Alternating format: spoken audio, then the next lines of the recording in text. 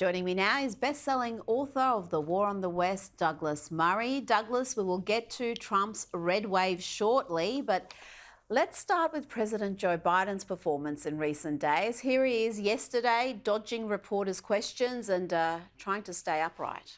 Mr. President, what are you going to say to Trump on Wednesday? Whoa.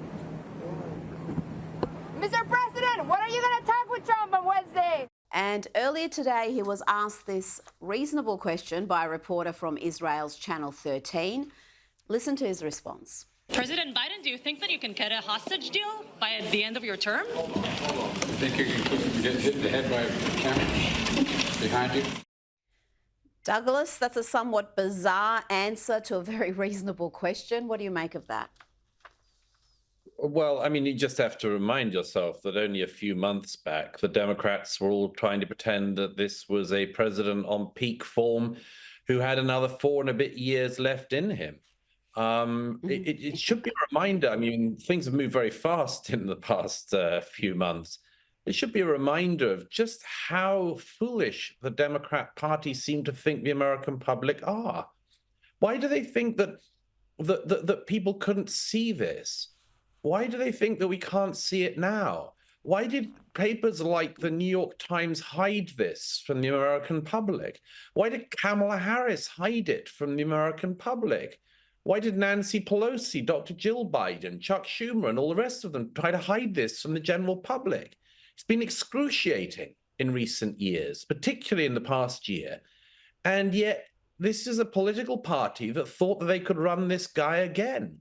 And it's very sad to see. I've said to you before, Rita, you know, it's laughable and tragic, but really, the Democrats should have a look at themselves, even before getting to the Kamala disaster, and say, what were they doing? What were they thinking? What's wrong with this party? And what's wrong with the media? Because the media played along with this delusion for the entire term. And well, I guess you can say that there hasn't been a great deal of accountability for all of that deception other than the election result. Donald Trump's red wave is complete. He has secured the presidency by the biggest margin by a Republican in 36 years. He has secured the Senate, the House, the popular vote, biggest ever by a Republican, and won every single swing state. You spoke to Donald Trump in recent days. How do you think Trump 2.0 will be different to his first term? Well, that snap was taken in Mar-a-Lago on the night of the election, where I was there, and it was at the convention center when he gave his victory speech. You know, it's early days. The transition is taking place. Early appointments have already been announced. Some more are imminent. And it's clear, I think, several things already. One is that Trump and Trump's team have said for a long time, you know, that they wanted to come in with, first of all, with a resounding victory. When his team said to me at the Madison Square Gardens event a couple of weeks ago now, that they wanted not only to secure a victory, but such a decisive victory that it would include the popular vote, you know, I thought, well, sure, you know, everybody would like that. But the fact that they actually achieved it is remarkable. And there's several very important things about that. One is it gives Donald Trump an extraordinarily clear and clean mandate. The second thing is that the Democrats can play none of the games about, well, the Electoral College this, the popular vote that. No, he got all of it. And that should cause some serious time for reflection in the Democrat Party. But Trump and his team have been clear about a number of things. Firstly, they seem to everything I've heard, to be fully aware that in the 2016 to 20 administration, you know, there was a lot of firing, a lot of hiring. By the way, even that's different from President Joe Biden, who never fired anyone. Sometimes you wonder if he was even aware who was working for him. But there was a lot of, everyone's aware there was a lot of upheaval in the first term. I think there's a very clear desire to make sure that's not the case this time.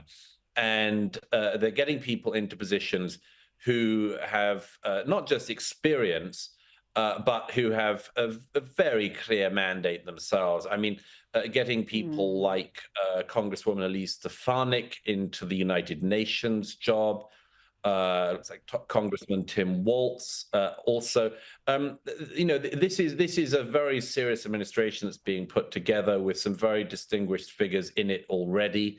And so I think the main thing is just that thing, not just of some continuity, but of a sort of an intent to have a calmness in the administration this time that was sometimes missing last time. It's also clear that there's going to be no sort of recruiting of people who aren't Trump loyalists. Trump has had so many people since his last administration who have shot him in the back and the front, metaphorically speaking, of course. And he obviously doesn't want any more of that. The sort of the Kellys and others who said things that he completely disputes about him. It's clear they don't want that kind of roller coaster anymore. And so I think it's going to be very, very interesting to see the more appointments that come in the coming days. I think you're 100% right. And it's very clear now that he's not going to repeat those mistakes. He's not going to have these rivals in the inner sanctum. I think he thought initially it was a way of countering the anti-Trumpers to keep your enemies closer, but that's not the way to get things done. And I think, 2.0 is going to be very different. You wrote a piece for the New York Post on the 10 things Donald Trump can do to clean up Joe Biden's messes abroad, starting with Ukraine and ending with Iran. He's got plenty of messes to clean up domestically, Douglas. How much focus do you think will be on foreign affairs? Well, I think there'll be a significant amount, but the main thing is just Donald Trump being president-elect is already starting to change the calibration of the world. He is somebody who understood and has understood for years the Chinese Communist Party as the main strategic competitor to the United States. And he realized that Americans had, to a great extent, been taken for a ride in trade terms for years.